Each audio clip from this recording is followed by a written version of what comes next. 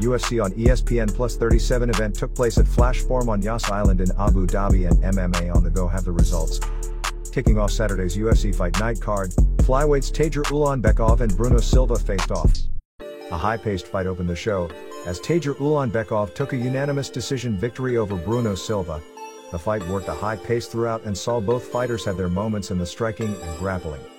The fight was the UFC debut for Ulanbekov, who had previously been a champion in regional promotions GFC and Fight Nights Global.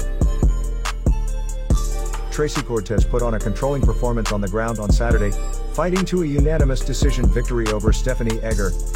The fight saw Cortez score numerous takedowns, but also had the ability to recover quickly when losing a position. She held an overwhelming amount of control time in the fight. The best moment for Egger was in the second round, where she rocked Cortez with an up kick from full guard. Cortez was quick to move back into full guard after. Giga Chikadze ended the undefeated record of Omar Morales on the prelims, landing solid strikes through 3 wins to get the scorecard victory. Throughout all 15 minutes of action, Chikadze was able to connect with a high volume of strikes. Chikadze's best moment was in the third round, where he landed an overhand left that dropped Morales. Tony Kelly earned his first UFC win on the prelims, defeating Ali Alkizi on the scorecards.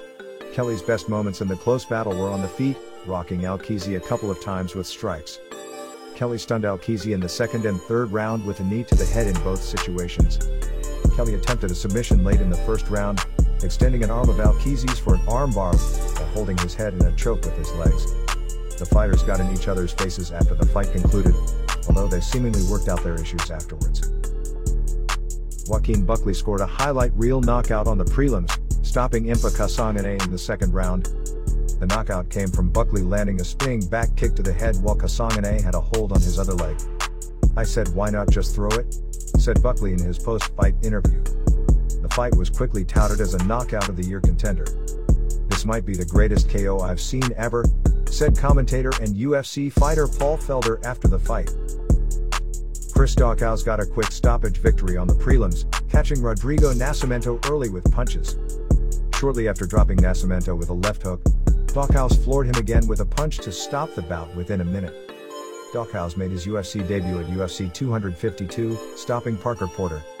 Nascimento last fought in May, defeating Dante Almeida. Tom Breeze returned to the win column to finish the prelims, catching KB Bhullar in the first round with punches. The fight was Bhullar's UFC debut. A jab ended the fight in the second minute, as Breeze dropped Bhullar with his right hand. Breeze landed ground and pound until the referee stopped the fight. "I train hard. I dedicate my life to this," said Breeze in his post-fight interview. Breeze's last fight was a loss, being stopped within a round by Brendan Allen last February. Ilia Topuria stopped Yusuf Salal's 3-fight streak of UFC wins on the main card, taking a unanimous decision win. The fight was the UFC debut for Topuria. He took the fight on short notice, replacing Sung Woo Choi. Topuria's dominance throughout the fight came from his ability to control on the ground and constantly look for submissions.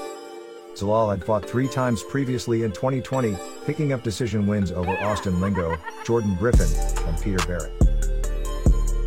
Tom Aspinall picked up a quick win on the main card, stopping Alan Bada with ground and pound in the second minute. Aspinall scored a takedown a minute into the fight, throwing a series of punches from full mount to end the fight. Bada stepped in on short notice for the fight, replacing Sergey Spivak. Aspinall wants his fight against Spivak next.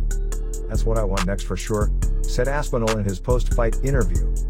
Aspinall now has 2 quick UFC wins, as his promotional debut last July was a brief and explosive win over Jake Collier.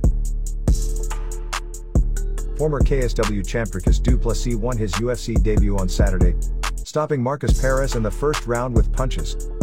A left hook dropped Perez in the 4th minute, with Du Plessis landing follow-up punches until the referee intervened. Du Plessis was a replacement bout for Perez, filling in for Rodolfo Vieira.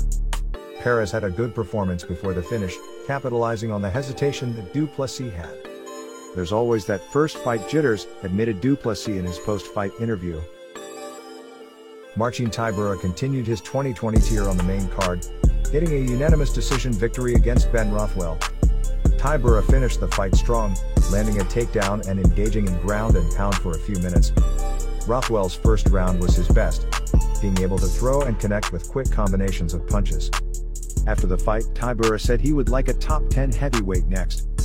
Tybura had previous wins in 2020 over Sergey Spivak and Maxim Grishin. Rothwell last won in May, defeating Ivan St. Preux, who had moved up from light heavyweight for the fight.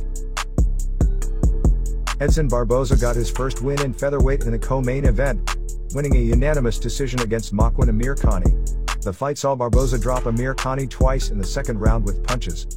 The fight had a slow pace of strikes throughout, with Barboza having the edge in that department. Amirkhani scored a takedown in the third round, although they left the position after the ref deemed them inactive. Barboza ended a 3-fight skid with the bout. His most recent fight prior to Saturday was a split decision loss to Dan Ige. Headlining Saturday's UFC card, ranked bantamweights Marlon Moraes and Corey Sandhagen met at the Octagon. Both fighters connected with loads of leg kicks in the first minute of action. Moraes connected with a right hook which landed clean in the fourth minute. Sandhagen landed frequently with body kicks in the first round. Moraes caught one late in the round, scoring a takedown with it before the round concluded. Early in the second round, Sandhagen said an orbital bone of Moraes was broken. Sandhagen landed a spinning back kick to the head a minute into the round that dropped Moraes and stopped the fight.